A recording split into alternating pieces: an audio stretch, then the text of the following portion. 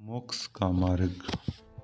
जब किसी संत, महापुरुष, फकीर, महात्मा, पीर, पैगंबर के आदर्शों को रोजी रोटी का जरिया बनाकर एक संप्रदाय का नामकरण करके धर्म को हानि पहुंचाई जाती है, तब इंसान से इंसान बंटकर अधर्म करते हैं, जो ईर्ष्या, निंदा, झगड़ा, बेईमानी, राजनीति और हिंसा का नंगा नाच करते हैं और जीव जंतुओं को भी बांटकर बलि चढ़ा देते हैं, तब धर्म से जुड़े सभी तत्व नष्ट हो जाते हैं।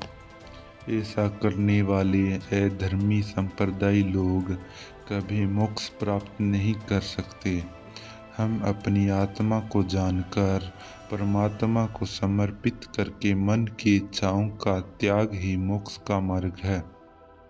जब हम किसी वस्तु को जान लें, तब उसे प्राप्त करना कोई बड़ी बात नहीं होती। मोक्ष के लिए 3 बातें सदैव धारण करें। प्रथम, इच्छाओं का त्याग। द्वितीय, आनंद स्वरूपी राम। तृतीय, मृत्यु। संसार में इच्छा ही जन्म का कारण है।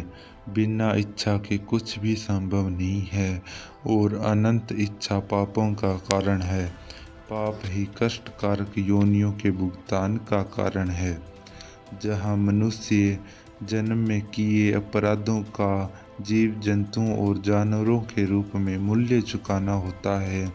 इस सृष्टि को चल पाने के लिए परिश्रम और कर्म करने अनिवार्य होते हैं, जिससे सभ्यता को आगे बढ़ाया जाए।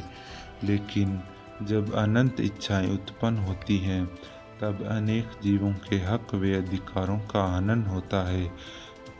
जब अपने लाभ के लिए इंसान तालाब, छाया, वृक्ष, सार्वजनिक स्थलों की भूमि का अतिक्रमण करने के अनेक लोगों व जीवों को कष्ट पहुंचाकर शांत नहीं रह सकता। इस जन्म में सुखपूर्वक रहने के लिए मनुष्य को किस्मत नसीब की जरूरत होती है। नसीब किसी जीव को बिना कारण, बिना क्रिया, बिना ईश्वर कृपा के प्राप्त नहीं होता। इसके लिए पुण्य करने होते हैं।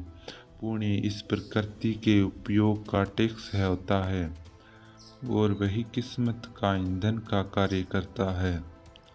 जो लोग बिना टैक्स दिए पृथ्वी पर प्रकृति का उपयोग या उपभोग कर रहे हैं, उन लोगों पर प्रकृति के प्रकोप रूप में छापे पड़ते हैं, जिसमें सड़क दुर्घटनाएं, लाइलाज बीमारियां, लोगों की नफरत और घाटे यानी धन हानि के रूप में चुकाना पड़ता है।